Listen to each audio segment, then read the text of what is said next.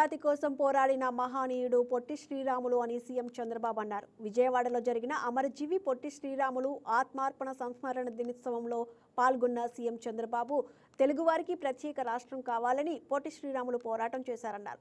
నమ్మిన సిద్ధాంతం కోసం పోరాడి ప్రాణత్యాగం చేశారని గుర్తు చేశారు. అమరావతిలో పొట్టి శ్రీరాములు స్మృతి వనం ఏర్పాటు చేస్తున్నామన్నారు. ఇందుకోసం 6.8 ఎకరాలు కేటాయించామన్నారు. 58 అడుగుల విగ్రహం ఏర్పాటు చేస్తున్నామని తెలిపారు. పొట్టి శ్రీరాములు ప్రాణాలు విడిచిన భవనాన్ని స్మారక కేంద్రంగా మారుస్తామన్నారు. ఒక ప్రత్యేకత ఉంది. తెలుగు జాతి గుర్తింపు కోసం పోరాడినటువంటి ఏకైక నాయకుడు, త్యాగం చేసిన ఏకైక నాయకుడు పొట్టి శ్రీరాములు గారని చెప్పి కూడా నేను మీ అందరికి విజ్ఞప్తి చేస్తున్నాను. అలాంటి మహనీయుడికి వర్ధంతి సందర్భంగా నివాళులు అర్పించి భావితరాలకు ఒక స్ఫూర్తిని గుర్తు చేయవలసిన బాధ్యత మనందరిపైన ఉంది. ఈ రోజు మనం చూస్తే చాలా మంది పెద్దలు మాట్లాడారు. ఆ రోజు తెలుగు ప్రజలకు ప్రత్యేక రాష్ట్రం కావాలని పోరాడారు, ప్రాణాలు అర్పించారు. అది 124 సంవత్సరాల కంటే ముందు డిసెంబర్ 15వ తారీఖున. అందుకే ఈ రోజున ఆత్మార్పణ దినంగా అధికారికంగా మనం జరుపుకుంటున్నాం. ఈ రోజు మనం ఒకసారి చూస్తే అప్పటి వరకు భాషా ప్రయుక్త రాష్ట్రాలు లేవు. అప్పుడప్పుడే మనకు స్వాతంత్రం వచ్చింది.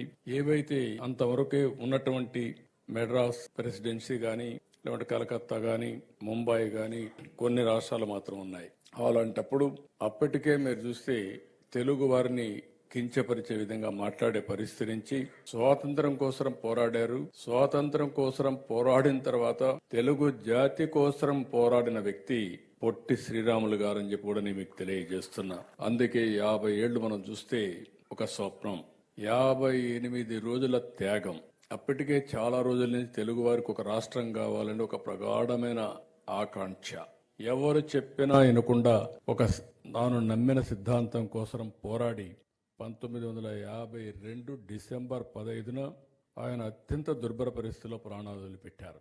1953 అక్టోబర్ 1న ఆంధ్ర రాష్ట్రం ఏర్పాటు చేస్తుంటూ ప్రకటన చేశారు.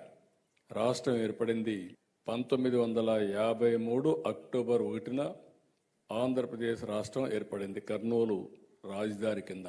ఆ తర్వాత నేను వచ్చిన తర్వాత మార్చి 10, 2003 ఆ రోజు ఆలోచిస్తే ఆయన పుట్టిన జిల్లా నెల్లూరు జిల్లా. అందుకని నెల్లూరు జిల్లాకి పొట్టి శ్రీరాములు నెల్లూరు జిల్లాగా నామకరణం చేసి గవర్నమెంట్ ఆఫ్ ఇండియాకి పంపించాం. అది 2008లో వాళ్ళు నోటిఫై చేసి పంపించారు. ఈ రెండు కూడా ప్రధానమైన నిర్ణయాలు మనం తీసుకుని మనం ముందుకు పోయే పరిస్థితికి వచ్చాం. ఈరోజు ఇంకొక పక్క ఇక్కడ ఉండేటప్పుడు చూస్తే మా ఆడబిడ్డలు ఆర్య వయస్సులకు కుల దైవం వాసవి కన్యకా పరమేశ్వరి ఆత్మార్పణ దినాన్ని అధికారికంగా ప్రకటించాం. అది ఎప్పటికప్పుడు చేస్తున్నాం. ఇంకొక పక్కన మీరు చూస్తే అమ్మవారు జన్మించిన పశ్చిమ గోదావరి జిల్లా పెనుగొండ గ్రామం పేరు వాసవి పెనుగొండ అని మార్చడం కూడా జరిగింది. సంపాదన ముఖ్యం.